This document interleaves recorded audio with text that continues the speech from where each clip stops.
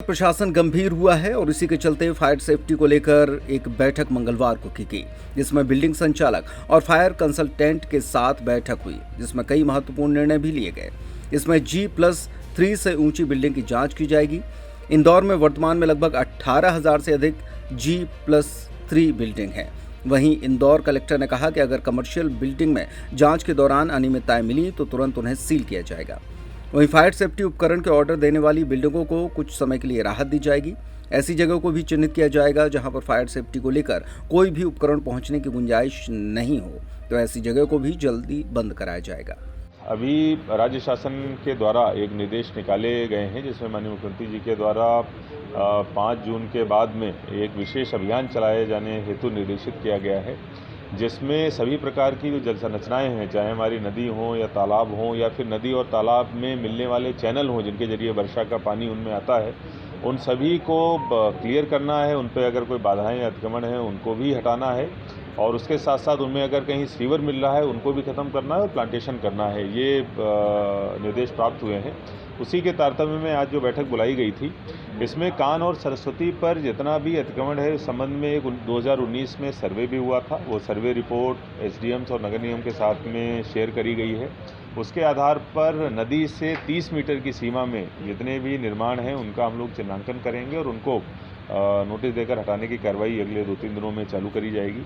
इसके साथ साथ जितने भी तालाब हैं और तालाब की ज़मीन पर अगर अतिक्रमण हो गए हैं तो वो भी हमने विगत 2-3 महीने पहले सर्वे कराया था, सीमांकन कराए थे, उनको भी हटाने की कार्रवाई अब हम लोग 2-3 दिनों में शुरू करेंगे।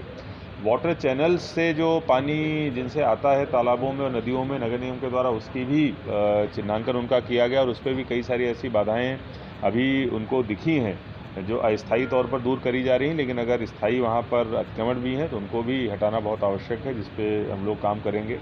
ग्रामीण क्षेत्रों में जो जल हट के हमने तालाब लिए थे, ऐसे 56 तालाब हैं जिन पे लगातार हम लोग काम कर भी रहे हैं, कुछ अतिक्रमण हटाए भी हैं।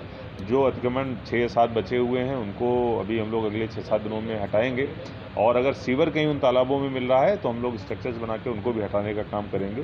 कुल मिला के राज्य शासन की मंशा के अनुसार और जैसा कि वक्त की आवश्यकता भी है, लगातार इस संबंध में बातें उठती रहती हैं। हम लोग कान, सरस्वती और इसके अलावा जो तालाब हैं नगर निगम और उसके आसपास के एरियाज में सभी पे एक साथ काम चालू करेंगे। सर, कुछ चिन्हित किए हैं तालाब या फिर बावड़ी या फिर कुआं इस तरीके से जिसमें पानी का सोर्स है? देखिए, इसमें जो कान, सरस्वती के अलावा हमारे जितने भी तालाब हैं मास्टर प्लान एरिया के, लगभग 20 तालाब हैं जो हम लोगों ने चिन्हांकित किए हैं, जिनका हमने सीमांकन भी कराया है। उन्हीं को हम लोग प्रायोरिटी बेसिस पे ले रहे हैं। पौधारोपण को लेकर भी चर्चा हुई है कि स्थान जहाँ पर होना है या फिर अब तक जो हुए हैं उनकी प्रोग्रेस क्या है इसको लेकर? जी हाँ, पौधारोपण भी इस अभियान का एक बहुत बड़ा अंग है और ख़ास तौर पर हम लोग प्लान कर रहे हैं कि एक विशेष दिन निश्चित करके उस दिन बड़ा अभियान वो करेंगे, चलाएंगे, जिसमें कि पूरे ज़िले में, शहर में और गाँव में हम लोग जगहें आइडेंटिफाई करने का काम कर रहे हैं। लगभग हमको अभी 40 हेक्टेयर के आसपास ऐसी जगह मिल गई है जो ग्रीन बेल्ट की है या फॉरेस्ट की है और जिस पर प्लांटेशन हो सकता है, अभी खुली पड़ी हुई है।